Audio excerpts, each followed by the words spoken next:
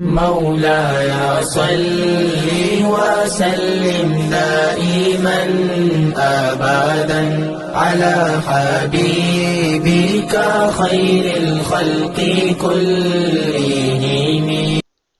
ولا تجهروا له بالقول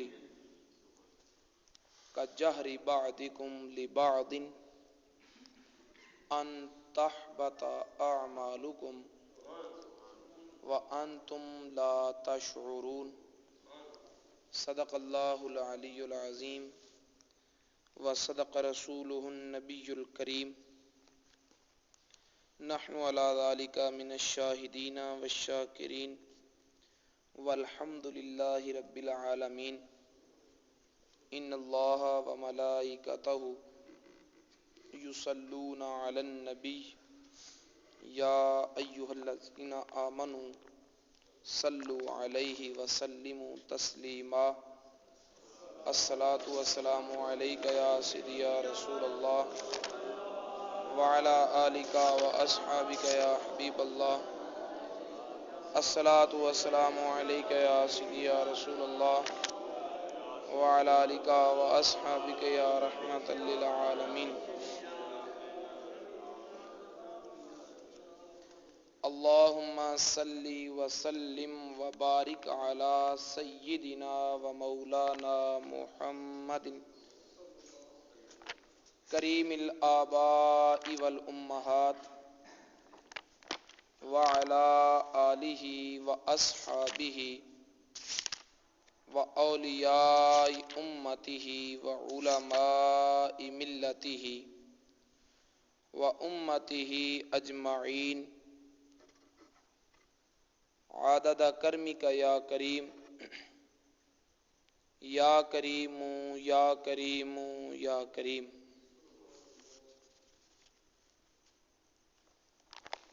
حاضرین محترم،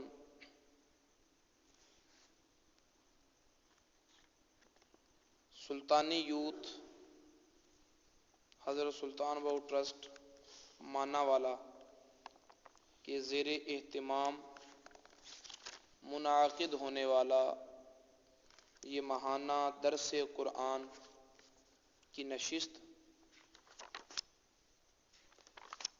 جس میں سلسلہ وار ہمارا موضوع گفتگو سورہ حجرات کی آیت نمبر 2 ہے، جس سے متعلقہ کچھ معروضات اس سے قبل نشست میں ذکر کی گئی تھیں. اللہ رب العزت ارشاد فرماتا ہے یا ایھا الذین آمنوا لا ترفعوا اصواتکم فوق صوت النبی.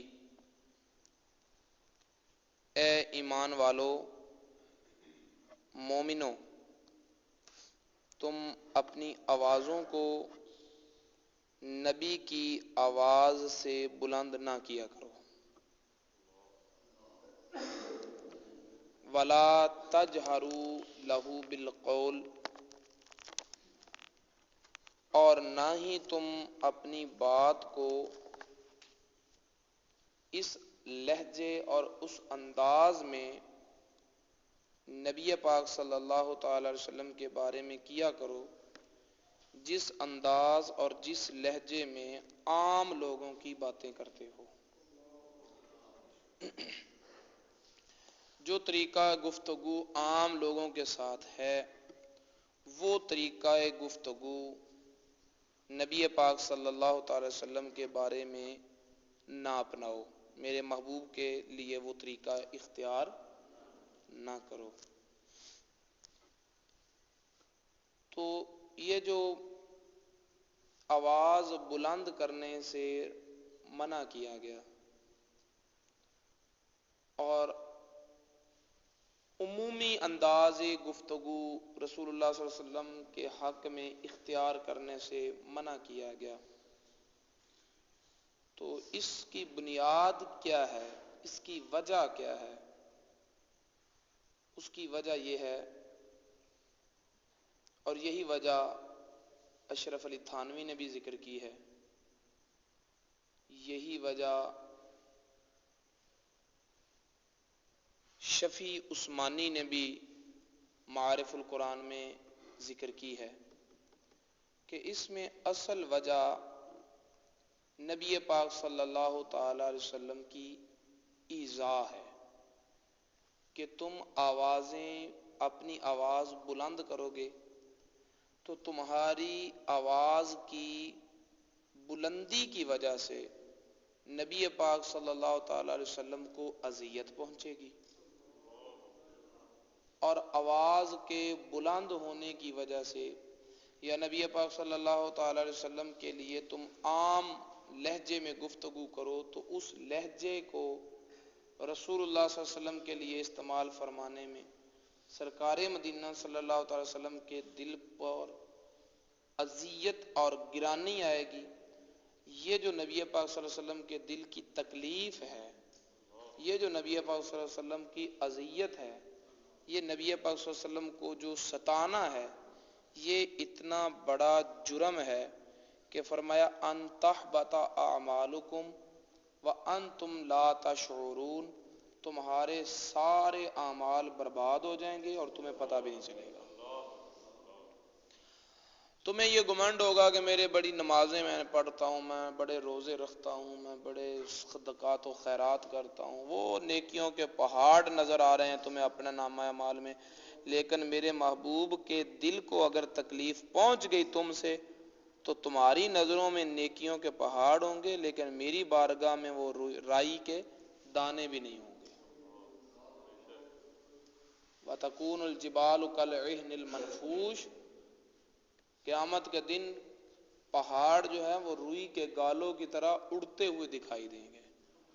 تو یہ دنیا کے پہاڑ بھی اڑتے پھریں گے، اور کئی نیکیوں کے پہاڑ ہیں جو اڑتے پھریں گے جن میں کوئی وزن نہیں ہوگا، اور کئی گناہوں کے پہاڑ ہیں وہ جو اڑتے پھریں گے. جب نگاہ نبوت شفاعت کی دروازہ کھلے گا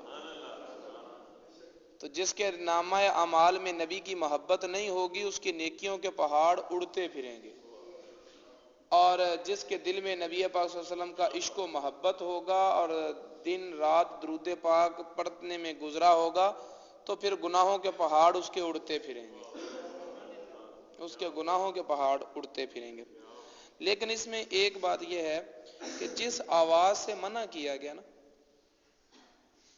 وہ ہے ایسی آواز جو نبی پاک صلی اللہ علیہ وسلم کی اذیت کا باعث بنے، جو نبی پاک صلی اللہ علیہ وسلم کی اذیت کا باعث بنے. وہ آواز جس کی ضرورت ہو یا وہ آواز جس کی بلندی کی وجہ اذیت نہیں محبت ہو، وہ منع نہیں ہے. یہ باتیں ذہن میں رکھیں، کیونکہ کچھ لوگ اسی آیت کو پڑھ کر یہ اعتراض کرتے ہیں کہ جب نبی پاک صلی اللہ تعالی وسلم کے لیے عام لہجے میں گفتگو کرنا اور بلند آواز سے بولنا جائز نہیں ہے، ایک تو تم کہتے ہو کہ نبی پاک صلی اللہ علیہ وسلم حاضر و ناظر ہیں، پھر تم اونچی آواز سے درود پڑھتے ہو، پھر اونچی آواز سے نعرہ لگاتے ہو، تو یہ رفع صوت نہ ہو گیا؟ لا ترفعوا اصواتکم آیت کدھر گئی؟ تو اس اعتراض کی حقیقت کچھ نہیں ہے، اس لیے کہ آواز وہ بلند کرنا منع ہے جو نبی پاک صلی اللہ علیہ وسلم کی اذیت کا باعث بنتی ہو، اور جو آواز ضرورت کی بنا پر ہو یا جو آوازیں محبت کی بنا پر ہوں وہ منع بھی نہیں ہے. کیونکہ دیکھیے حضرت بلال رضی اللہ تعالیٰ عنہ نبی پاک صلی اللہ علیہ وسلم کی موجودگی میں اذان کہتے تھے. جب وہ اذان کہتے تھے ان کی آواز نبی کی آواز سے اونچی ہوتی تھی کہ نہیں ہوتی تھی؟ بولو، کسی نے منع کیا؟ حضرت حسان بن ثابت رضی اللہ تعالیٰ عنہ کو نبی پاک صلی اللہ علیہ وسلم نے خود اپنے منبر پر بٹھایا، فرمایا میرے نعت یا قصیدہ سناؤ. حضرت حسان بن ثابت نبی پاک صلی اللہ علیہ وسلم کی موجودگی میں نعت یا قصیدہ پڑھ رہے ہیں تو ان کی آواز نبی کی آواز سے اونچی ہوئی کہ نہ ہوئی؟ منع کیا گیا؟ بلکہ انہیں خود اجازت دی گئی. اور غزوہ حنین کے موقع پر جب لوگوں اہل اسلام کی صفوں میں انتشار پیدا ہوا، نبی پاک صلی اللہ علیہ وسلم نے فرمایا حضرت عباس رضی اللہ تعالی عنہ کو کہ اے میرے چچا جان، لوگوں کو آواز لگا کر جمع کرو. تو حضرت عباس رضی اللہ تعالی عنہ نے لوگوں کو آواز دی اور اتنی زیادہ آواز دی جس سے سارے لوگ جمع ہو گئے. ایسی صورتحال میں حضرت عباس کو کیوں حکم دیا تھا کہ تم آواز لگاؤ؟ اس لیے کہ حضرت عباس رضی اللہ تعالیٰ عنہ جب اپنے لہجے میں بولتے تھے تو ان کی آواز 8 میل دور تک سنائی دیتی تھی. حضرت عباس رضی اللہ عنہ کی آواز ہے وہ 8 میل دور تک، اور ان کی آواز میں ایسی کڑک اور اتنی ہیبت ہوتی تھی کہ ایک مرتبہ مدینہ میں حضرت عباس رضی اللہ تعالیٰ عنہ نے چیخ کر آواز دی، یا صباحا یا صباحا. تو اس آواز میں اتنی کڑک تھی، اتنی ہیبت تھی کہ حاملہ عورتوں کے حمل گر گئے تھے. تو کسی نے منع کیا، کسی نے یہ آیت پڑھی. نبی پاک صلی اللہ علیہ وسلم خود اپنی موجودگی میں کہہ رہے ہیں کہ چچا جان لوگوں کو آواز دے کر اکٹھے کرو. انہوں نے آہستہ آواز لگائی ہوگی نبی کی موجودگی میں، وہاں ضرورت ہے.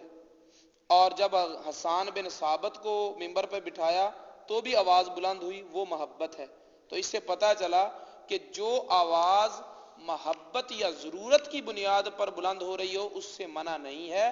جو آواز نبی پاک صلی اللہ علیہ وسلم کی اذیت کا باعث بن رہی ہو وہ منع ہے. تو جب ہم درود و سلام پڑھتے ہیں اس سے نبی پاک صلی اللہ علیہ وسلم کو اذیت نہیں ہوتی بلکہ عاشقوں کا درود سن کر خوش ہوتے ہیں. جب ہم نعرہ رسالت لگاتے ہیں تو یا رسول اللہ کی آواز یہ نبی کو اذیت نہیں دے رہی ہوتی بلکہ ہماری محبت کے تقاضے ہیں جو نبی کا نام ایس بلند آواز سے لینے کا تقاضا کرتے ہیں. لہٰذا یہ آواز جو محبتاً یا ضرورتاً بلند ہو رہی ہو اس سے ممانت نہیں ہے. ممانت اس آواز کی بلندی سے ہے جو نبی کی اذیت کا باعث بنتی ہے.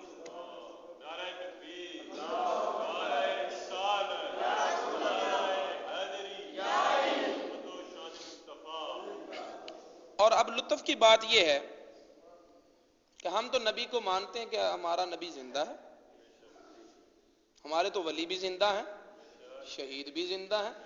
قرآن نے تو ہمیں یہ فلسفہ دیا ہے کہ نبی کے نام پر مرنے والا یعنی شہید بھی زندہ ہے. نبی کے نام پر مرنے والے کو کے لیے بھی یہ حکم نہیں ہے، حکم یہ ہے کہ اپنے دل و دماغ میں خیال بھی نہ آنے دو کہ یہ مردہ ہے. جو نبی کے نام پر مرے اسے مردہ ہونے کا خیال بھی نہیں کرنا، تو خود نبی کے مردہ ہونے کا اعلان کرنا کب جائز ہے؟ توجہ ہے نا. ہم تو مانتے ہیں، تو جو نہیں مانتے وہ بھی اتنا تو کہتے ہیں کہ روضہ رسول پر آواز بلند نہیں کرنی. روضہ رسول پر ہم تو یہاں بھی رسول اللہ صلی اللہ علیہ وسلم کے ادب و احترام کے قائل ہیں، لیکن نبی پاک صلی اللہ تعالی علیہ وسلم کی حیات مقدسہ ابدیہ کو تسلیم نہ کرنے والے وہ بھی یہی کہتے ہیں، اور روضہ رسول پر لکھ کر بھی لگایا ہے لا ترفعوا اصواتکم فوق صوت النبی، نبی کی آواز پر اپنی آواز کو بلند نہ کرو. ولا تجہروا له بالقول کجہر بعضکم لبعض، اور نبی کی گفتگو، نبی کی بات، نبی کے ساتھ بات یا نبی کی بات عام لہجے میں نہ کرو. تو پھر اس کا مطلب کیا ہوا؟ آج بھی روضہ رسول پر اونچی آواز میں گفتگو کرنے سے روکا کیوں جاتا ہے؟ آج بھی مسجد نبوی میں عام لہجے کے ساتھ نبی کی بات کرنے سے منع کیوں کیا جاتا ہے؟ لِأَنَّهُ حَيٌّ فِي قَبْرِهِ، اس لیے کہ ہمارا نبی آج بھی اپنے روضہ انور میں زندہ و جاوید ہے. آج بھی نبی زندہ ہے، اسی لیے آج بھی روضہ رسول پر اپنی آوازوں کو بلند کرنا منع ہے. اور پھر توجہ طلب بات یہ کہ یہ اللہ تعالیٰ کہہ کن کو رہا ہے؟ ان تحبط اعمالکم، تمہارے سارے اعمال برباد ہو جائیں گے. وَأَنْتُمْ لَا تَشْعُرُونَ، اور تمہیں پتہ تک نہیں چلے گا۔ یہ خطاب کن سے ہے؟ ذرا یہ بھی توجہ کرو کہ یہ کہا کنے جا رہا ہے؟ ان کو جنہوں نے مکہ میں 13 سال تک ظلم و ستم برداشت کیا کافروں کا اللہ کے لیے، وہ بھی اس خطاب میں شامل ہیں۔ جنہوں نے 3 سال کا بائیکاٹ قوم سے برداشت کیا اللہ کی رضا کے لیے، جنہوں نے بدر کا معرکہ لڑا اللہ کی رضا کی خاطر، جنہوں نے احد میں قربانیاں دی اللہ کی رضا کی خاطر، اپنا ملک چھوڑ کر اپنا گھر بار بیوی بچے چھوڑے اور مکہ کو چھوڑ کر مدینہ کی طرف ہجرت کی اللہ تعالیٰ کی خاطر، اور پھر اس میں وہ بھی شامل ہیں جنہوں نے مکہ سے ہجرت حبشہ کی طرف کی تھی، حبشہ سے پھر مدینہ آئے تھے، جو بیچارے اپنے وطن کو چھوڑ کر غریب الوطن بنے رہے خدا کے لیے۔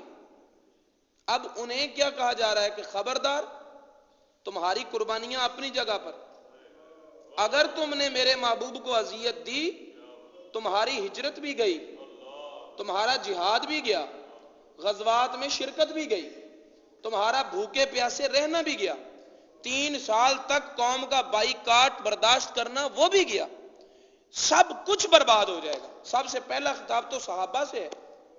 صحابہ کرام میں جید صحابہ موجود ہیں، ابو بکر صدیق، عمر فاروق، عثمان غنی، مولا علی، حضرت عباس، تمام صحابہ کرام، حضرت بلال جیسے جنہوں نے اذیتیں کتنی برداشت کی تھیں، جنہوں نے کتنی صعوبتیں برداشت کی تھیں، حضرت عمار جیسے صحابی کہ جن کی ماں کو بھی شہید کیا گیا، جن کے باپ کو بھی بری طرح شہید کیا گیا، خود انہیں بھی آگ میں ڈالا گیا، لیکن اس کے باوجود فرمایا گیا کہ تمہاری قربانیاں اپنی جگہ، اگر تم نے میرے محبوب کو اذیت دی، اگر تم نے میرے محبوب کی آواز پر اپنی آواز کو بلند کیا، پھر تمہارے مقام صحابیت کو نہیں دیکھا جائے گا بلکہ محبوب کی محبوبیت کو دیکھا جائے گا، محبوب کی محبوبیت کو دیکھا جائے گا تمہارے۔ اور اس بات پر ایک اور بات بھی سنتے جائیے کہ جب نبی پاک صلی اللہ تعالی علیہ وسلم کی بات آئی ہے نا، تب اللہ رب العزت نے آپ کے مقابل کسی شخصیت کا بھی لحاظ نہیں کیا۔ یہاں تو صحابہ ہیں، لیکن ایک قرآن پاک کا اور مقام ہے جہاں پر نبی پاک صلی اللہ تعالی وسلم کا ذکر میلاد ہے اور اس کے ساتھ نبیوں کا ذکر ہے۔ یہ سورہ آل عمران کی 81 نمبر آیت۔ اللہ تعالیٰ فرماتا ہے وَإِذْ أَخَذَ اللَّهُ مِيثَاقَ النَّبِيِّينَ، جب اللہ نے نبیوں سے وعدہ لیا، لَمَا آتَيْتُكُم مِّن كِتَابٍ وَحِكْمَةٍ، میں تمہیں کتاب اور حکمت دوں گا، ثُمَّ جَاءَكُمْ رَسُولٌ، پھر تمہارے پاس رسول آئے گا، مُصَدِّقٌ لِمَا مَعَكُمْ، جو تمہارے پاس ہے اس کی تصدیق کرنے والا ہوگا، جو تمہارے پاس ہے، لَتُؤْمِنُنَّ بِهِ وَلَتَنْصُرُنَّ، وعدہ یہ کرو کہ تم نے ضرور ضرور اس پر ایمان لانا ہے اور اس کی خدمت کرنی ہے۔ قال، اللہ تعالیٰ فرماتا ہے اقررتم، اقرار کرتے ہو، کیا تم نے اقرار کیا، وَأَخَذْتُمْ عَلَى ذَلِكُمْ إِصْرِي، اور اس عہد پر میری بھاری ذمہ داری کو برداشت کرتے ہو۔ قالوا اقررنا، سارے نبی بولے ہم نے اقرار کیا۔ قال فاشهدوا وانا معكم من الشاہدین، اب ایک دوسرے پر گواہ ہو جاؤ اور میں بھی تمہارے ساتھ گواہوں میں شامل ہوں۔ یہ وعدہ کن سے ہوا؟ یہ بات کن سے ہو رہی ہے؟ اللہ تعالیٰ کن سے وعدہ لے رہا ہے؟ کن سے اقرار کروا رہا ہے؟ اب ان سے اقرار کروانے کے بعد، ان کو ایک دوسرے پر گواہ بنانے کے بعد 82 نمبر آیت ہے، اللہ تعالیٰ فرماتا ہے فَمَن تَوَلَّى بَعْدَ ذَلِكَ، نبیوں آج میرے محبوب کی محبوبیت کا اقرار کرنے کے بعد میرے نبی کی نبوت کو تسلیم کرنے کے بعد آج کے بعد تم میں سے جو پھرا فَأُولَئِكَ هُمُ الْفَاسِقُونَ، وہ نبی نہیں ہوگا، وہ فاسق ہوگا۔ کنہیں کہا جا رہا؟ حالانکہ نبی معصوم ہوتا ہے، نبی سے گناہ ممکن ہی نہیں ہے، نبی سے گناہ ممکن ہی نہیں ہے۔ تو پھر یا اللہ جب تو نے انہیں بنایا ہی ایسا ہے کہ وہ گناہ کر ہی نہیں سکتے، وہ وعدے سے پھر ہی نہیں سکتے، تو پھر کیوں کہتا ہے یہ کلام، اتنا سخت کلام کیوں فرماتا ہے؟ تو اللہ تعالیٰ کی حکمت اور قدرت یہی جواب دیتی ہے کہ محبوب کی شان دکھانے کے لیے، محبوب کی شان دکھانے کے لیے یہ کلام اس لیے کیا جا رہا ہے کہ نبی پھریں گے نہیں، لیکن انہیں بتا دیا کہ اگر تم پھرو گے تو پھر تمہارے مقام خلت کو نہیں دیکھا جائے گا، تمہارے ذبیح اللہ ہونے کو نہیں دیکھا جائے گا، تمہارے کلیم اللہ ہونے کو نہیں دیکھا جائے گا، تمہارے صفی اللہ ہونے کو نہیں دیکھا جائے گا، تمہارے کلمۃ اللہ ہونے کو نہیں دیکھا جائے گا، بلکہ محمد الرسول اللہ کے محبوب اللہ ہونے کو دیکھا جائے گا۔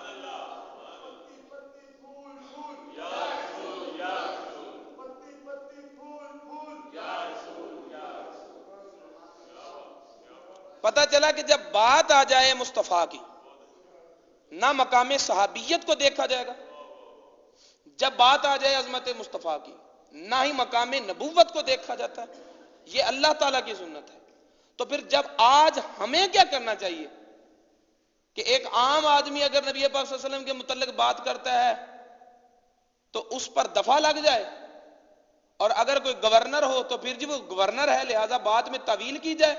قرآن کا فیصلہ یہ ہے کہ جب عظمت مصطفیٰ کی بات آ جائے گی تو نہ کسی کی گورنری کو دیکھا جائے گا، نہ کسی کی سلطنت کو دیکھا جائے گا، نہ کسی، جب صحابی رسول کی صحابیت کو نہیں دیکھا جا رہا، اللہ اپنے نبیوں کی نبوت کو نہیں دیکھتا، کہ جب بات مصطفیٰ کی آ گئی ساری نبوتیں نیچے رہ گئے، سارے مقام نیچے رہ گئے، سارے عہدے نیچے رہ گئے۔ تو فرمایا گو کہ تمہاری قربانیاں بہت زیادہ ہیں، تم میرے نبی کے صحابہ ہو، بڑی بڑی قربانیاں تمہاری، لیکن اگر تم نے میرے نبی کو اذیت دی، اگر میرے نبی کو اذیت دی تو پھر تمہارے سارے اعمال حبط ہو جائیں گے، تمہارے سارے اعمال۔ اور اب شریعت کا ایک اصول اور ضابطہ ہے، شریعت کا ایک اصول اور ضابطہ ہے کہ اگر کسی نے کوئی گناہ کیا ہے نا تو اس گناہ کی وجہ سے اس کی کوئی نیکی ضائع نہیں ہوتی۔ توجہ ہے؟ ایک بندہ نماز پڑھتا ہے، نماز پڑھنے کے بعد باہر جاتا ہے، جھوٹ بولتا ہے، جھوٹ بولنا اس کا گناہ ہے، لیکن اس کے جھوٹ بولنے کی وجہ سے نماز کا ثواب ضائع نہیں ہوگا، نماز کا ثواب اپنی جگہ ہے۔ ہاں نیکی کی وجہ سے گناہ ضرور اڑ جاتے ہیں، نیکی کی وجہ سے گناہ، دیکھو ایک مرتبہ درود پاک پڑھو 10 نیکیاں ملیں گی، 10 گناہ، کوئی گناہ بھی ایسا ہے کہ وہ ایک گناہ کرو تو ایک نیکی کٹ جاتی ہو، کوئی گناہ ایسا نہیں کہ جس گناہ کی وجہ سے کوئی نیکی، وہ گناہ ہے اپنی جگہ پہ، وہ گناہ ہے، اس کا وبال ہے، بوجھ ہے، سزا ہے، ٹھیک ہے، لیکن کوئی گناہ کسی نیکی کو ختم نہیں کرتا، لیکن درود پاک ایک ایسی نیکی ہے جو گناہوں کو ضرور ختم کر دیتی ہے۔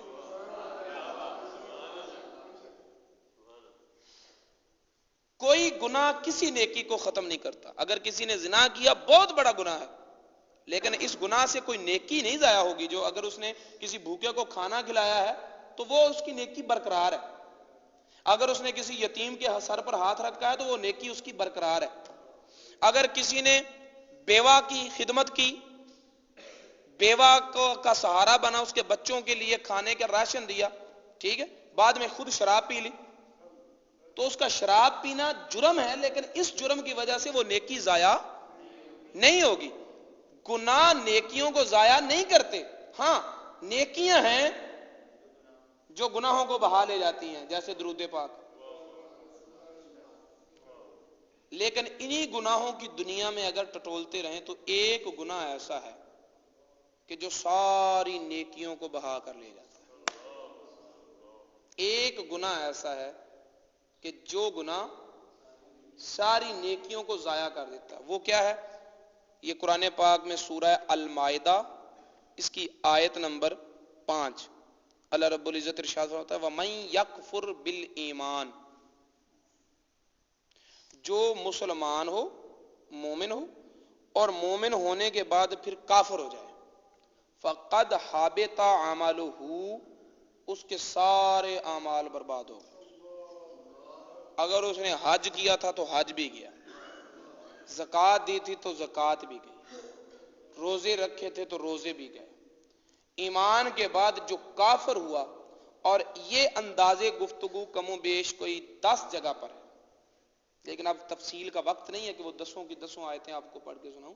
یہ ایک آیت آپ کے سامنے رکھتی ہے کہ من یکفر بالایمان، جس نے ایمان کے بدلے کفر اختیار کیا، مومن ہونے کے بعد جو کافر ہوا، تو یہ کفر ایک ایسا گناہ ہے کہ فقد حابط عملہ، کہ اس کے سارے گناہوں کو ضائع کر دیتا ہے، برباد کر دیتا ہے.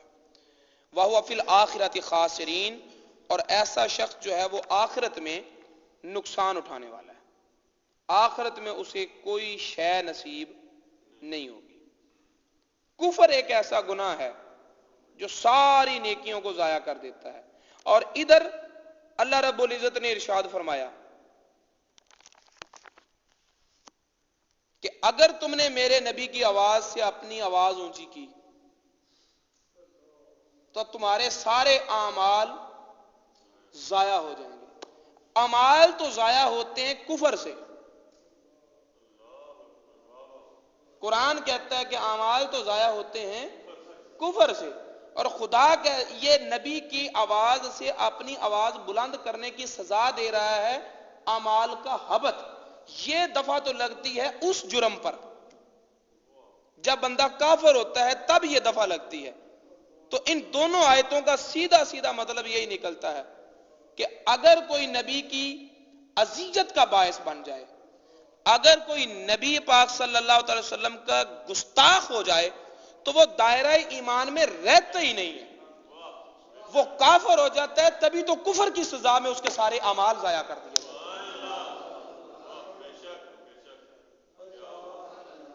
تبھی تو کفر کی سزا میں اس کے سارے اعمال ضائع کر دیے جاتے ہیں. اور شان رسالت یہ ہے، گفتگو جو ہے وہ آج یہ بات کر رہے تھے کہ رفع صوت منع اس لیے ہے کہ رفع صوت اذیت مصطفیٰ صلی اللہ علیہ وسلم کا باعث ہے. وہ آواز کی بلندی جو نبی پاک صلی اللہ علیہ وسلم کی اذیت کا باعث بنے وہ منع ہے. جو نبی پاک صلی اللہ علیہ وسلم کی اذیت کا باعث نہ ہو بلکہ ان کی رضا اور خوشنودی کا باعث ہو وہ منع نہیں ہے. جیسے حضرت حسان کا قصیدہ، جیسے حضرت بلال کی اذان، جیسے حضرت عباس کا لوگوں کو آواز دے کر بلانا، یہ ساری آوازیں نبی پاک صلی اللہ علیہ وسلم کی آواز سے بلند ہوئی لیکن ممانت نہ ہوئی. کیوں؟ اس لیے کہ اس بلندی رفع صوت میں نبی پاک صلی اللہ علیہ وسلم کی اذیت نہ تھی، اور جس آواز کی بلندی میں اذیت ہوگی وہ منع ہوگی. اور نہ صرف کہ منع بلکہ ایسا بھی ہو سکتا ہے کہ وہ تمہیں کفر تک لے جائے اور سارے اعمال کو برباد کر دے. اب اس مقام پر شان رسالت کی نزاکت کا بھی تصور کیجئے کہ فقط آواز بلند ہو جائے تو نبی کو اذیت ہوتی ہے، فقط آواز بلند ہو جائے تو نبی کو اذیت. کیوں؟ روح البیان نے یہاں پر کتاب العرائس کے حوالے سے بڑی اچھی بات کی. کہتے ہیں اس لیے کہ نبی پاک صلی اللہ علیہ وسلم ہمہ وقت اللہ رب العزت کی تجلیات کے مشاہدہ میں غرق رہتے ہیں. اور آپ تصور کریں اگر کوئی مرید اپنے پیر کے تصور میں بیٹھا ہو تو آپ نے دیکھا ہوگا اور سنا بھی ہوگا کہ جو اولیاء اور صوفیاء نے چلے کیے ہیں نا، وہ یا تو زمین کے نیچے خندق کھود لیتے ہیں یا پھر وہ جنگلوں اور پہاڑوں میں نکل جاتے ہیں اور وہاں جا کر چلے کرتے ہیں. کیوں؟ اس لیے تاکہ جب ہم یار کی یاد میں محو ہوں تو کوئی آواز ہمیں ڈسٹرب نہ کرے. چھوٹی سی آواز بھی اس خیال کی جڑی ہوئی تار کو توڑ دے گی تو ہمارے کیا دھرا جو ہے وہ ضائع ہو جائے گا. ٹھیک ہے. جب آدمی روحانیت کا سفر کرتا ہے نا تو طبیعت اور مزاج میں لطافت آتی ہے. طبیعت اور مزاج میں لطافت آتی ہے، اور وہ لطافت جتنی لطافت بڑھتی ہے اتنا حساس ہو جاتا ہے وہ آدمی کہ اسے تھوڑی تھوڑی بات جو ہے وہ بھی تکلیف دیتی ہے. دیکھو ایک نازک مزاج آدمی اور ایک ذمہ دار آدمی، دونوں کے مزاج میں کتنا فرق ہے. ٹھیک ہے. ذمہ دار آدمی کے ہاتھ پر درنتی بھی لگ جائے تو وہ اس کی تکلیف اتنی محسوس نہیں کرتا، لیکن نازک مزاج آدمی کے پاؤں میں کانٹا بھی لگ جائے تو وہ 2 دن چارپائی سے نہیں اترتا. نازک یعنی اس کی نزاکت بڑھ گئی تو اس کی حس بڑھ گئی اور طبیعت مزاج حساس ہو گیا، اور حساس ہونے کی وجہ سے تھوڑی چیز نے بھی زیادہ تکلیف دی. ٹھیک ہے. اسی طرح جب روحانیت کا سفر کرنے والے روحانی لہروں میں بہہ رہے ہوتے ہیں تو اس وقت جب وہ مشاہدات میں غرق ہوتے ہیں طبیعت سے کثافت ختم ہو چکی ہوتی ہے، لطافت کا اتنا غلبہ ہوتا ہے اور حس اتنی تیز ہوتی ہے کہ تھوڑی سی آواز بھی انہیں تکلیف دیتی ہے.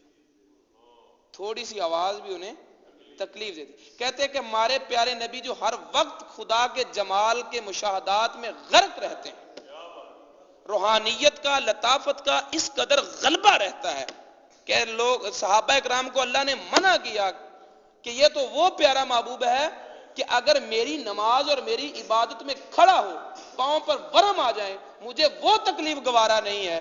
تم آواز بلند کرو گے اور اس کی لگن میں خلل آئے گا، میرے محبوب کے دل کو جو تکلیف ہوگی مجھے رب کو وہ بھی گوارا نہیں.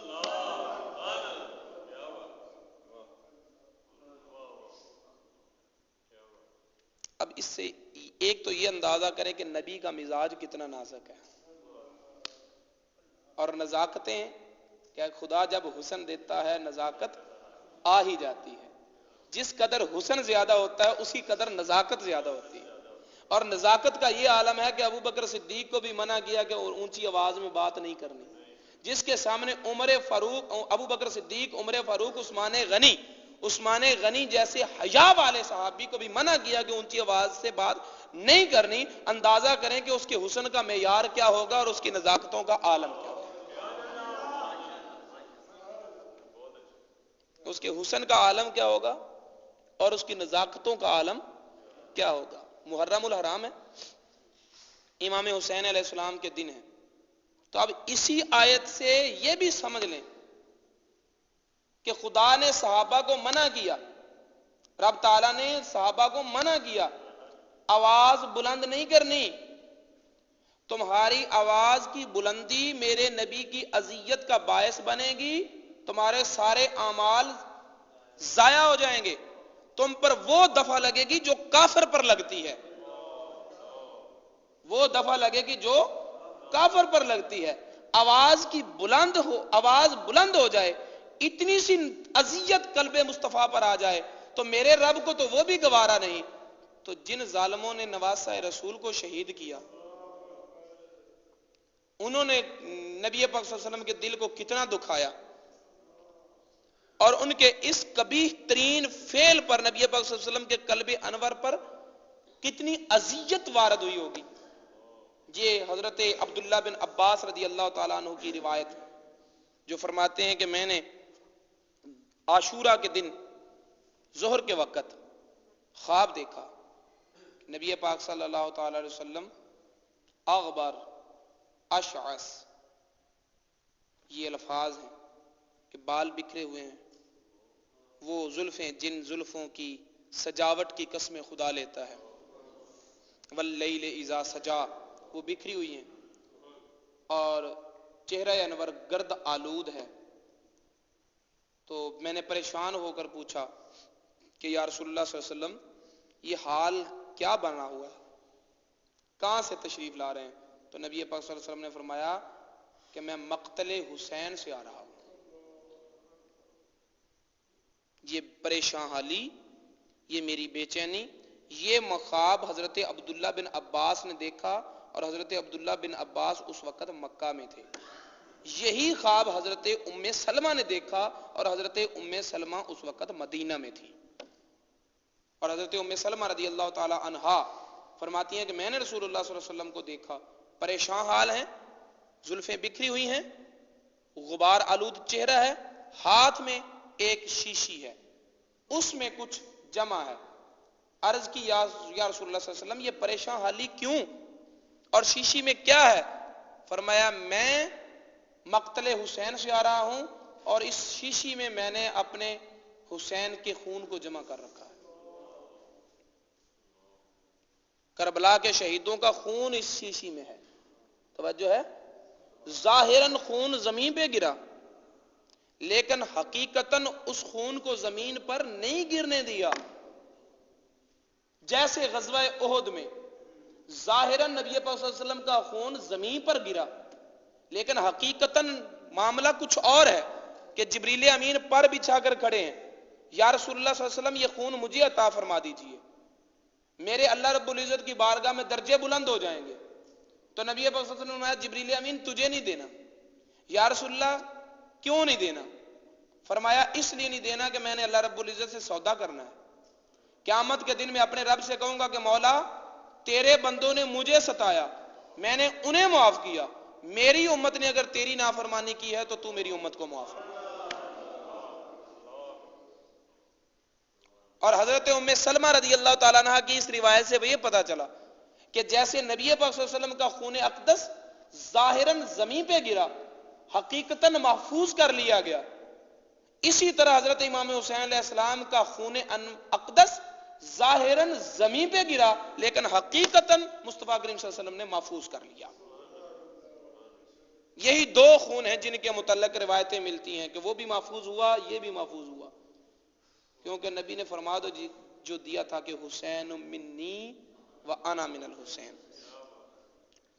یوں کہو کہ زمین میں اتنی جرت نہیں ہے، اتنی برداشت نہیں ہے کہ حسین کا خون اپنے سینے پہ لے سکے، نہ یہ برداشت ہے کہ نبی کا خون اپنے سینے میں لے سکے، اور نہ یہ برداشت ہے کہ حسین کا خون اپنے سینے پہ لے سکے.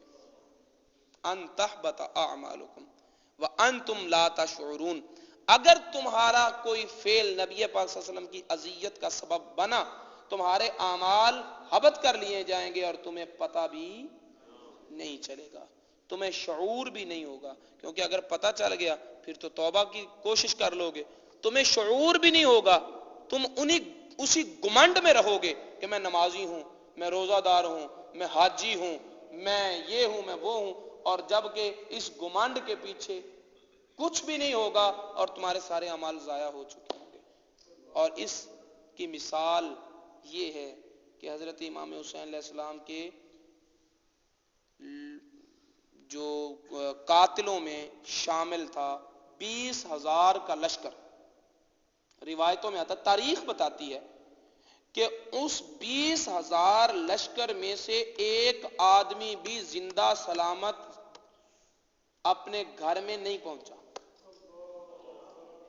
20,000 کے لشکر میں سے کسی ایک فرد نے بھی دوبارہ اپنے بیوی بچوں کے ساتھ جا کر چین کی زندگی نہیں گزاری. کوئی پاگل ہو گیا، کئی پاگل ہو گئے، کئی ناگہانی آفات میں مارے گئے. ایک خیمے میں 2 شخص جمع تھے، اسی بات کو ایک شخص نے دہرایا کہ قاتلان حسین میں سے کوئی بھی چین کی زندگی نہ گزار سکا، ہر ایک ذلت و رسوائی کی موت مرا. دوسرا کہنے لگا یار یہ تیری بات ٹھیک نہیں ہے. وہ کیسے؟ اس نے کہا میں بھی اس لشکر میں شامل تھا، میں تو اچھا بھلا ہوں. یہ بات کرنے کے بعد وہ گیا چراغ درست کرنے کے بہانے تو چراغ سے آگ لگی، پہلے اس کی داڑھی جلی، پھر کپڑے جلے اور وہیں پر جل کے راغ ہو گیا، اس کی شکل بھی پہچانی نہیں جاتی تھی، اور اس شخص نے اپنے دعوے کی دلیل پائی اور پھر ببانگے دہل کہا کہ قاتلان حسین میں سے کوئی بھی عزت کی موت نہیں مرا، نہ چین کی زندگی نصیب ہوئی، نہ عزت کی موت نصیب ہوئی، 20,000 لشکر میں سے ایک شخص بھی عزت کی موت نہ مرا، ذلت و رسوائی کی موت مرے اور بے چینی کی زندگی گزاری، کئی پاگل ہو گئے اور کئی حوادث کا شکار ہو گئے۔ اور وہ تو آپ نے دیکھ ہی لیا تھا کہ جو امام مسلم رضی اللہ تعالیٰ عنہ کے بچوں کا قاتل، جب وہ انعام لینے کے لیے ابن زیاد کے دربار میں گیا تو اسے انعام کیا ملا تھا؟ ابن زیاد کے ہاتھوں قتل ہوا، اسی نہر میں، نہ نہر فرات نے اس کی لاش کو قبول کیا اور نہ زمین نے اس کی لاش کو قبول کیا، پھر بار غار میں ڈال کر اس پر آگ لگائی گئی اور آگ میں جل کر اس کی لاش کو ختم کیا گیا، جلا کر۔ یہ ان کا حشر ہوا جنہوں نے امام حسین علیہ السلام کو اذیت دی تھی۔ کیوں؟ اس لیے کہ نبی پاک صلی اللہ علیہ وسلم نے فرمایا تھا حسین منی و انا من الحسین، میں حسین سے ہوں، حسین مجھ سے ہے۔ جیسے میرے دل کو اذیت دی جائے تو کسی کا ایمان سلامت نہیں رہتا، اسی طرح جنہوں نے میرے حسین کو ستانا ہے ان کا بھی اسلام سلامت ایمان نہیں رہے گا، نہ دنیا پہ چین پائیں گے نہ آخرت میں سکون پائیں گے، دنیا میں بھی ذلیل و رسوا ہوئے اور آخرت میں بھی وہ ذلیل و رسوا ہوں گے۔ حضرت امام حسین علیہ السلام نبی پاک صلی اللہ تعالی علیہ وسلم کے ساتھ جزئیت اور بعضیت اس طرح کی قائم ہے کہ ایک طرف سے اگر امام حسین علیہ السلام کی سیرت کو پڑھنے لگ جاؤ تو تمہیں سیرت مصطفیٰ کی جھلکیاں دکھائی دیتی ہیں، اور اگر سیرت مصطفیٰ کو پڑھنے لگ جاؤ تو تمہیں حسین کا کردار جھلکیاں دیتا ہے، نظر آتا ہے۔ یعنی سیرت مصطفیٰ کو پڑھو تو اس سے حسین نظر آتا ہے، اور حسین کی سیرت پڑھو تو اس میں نبی نظر آتا ہے۔ حسین منی و انا من الحسین، اور جب ہم حسینی ہیں تو پھر ہمارا کردار بھی حسینی ہونا چاہیے، نہ نماز میں کوتاہی ہو، نہ تلاوت قرآن میں فرو گزاشت ہو، اور نہ والدین کے ادب و احترام میں کوئی کمی آئے۔ اللہ رب العزت کی بارگاہ میں دعا ہے کہ وہ ہمیں نبی پاک صلی اللہ تعالی علیہ وآلہ وسلم کی تعلیمات پر اپنی زندگی گزارنے کی توفیق عطا فرمائے۔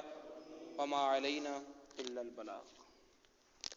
مولاي صل وسلم دائما أبدا على حبيبك خير الخلق كلهم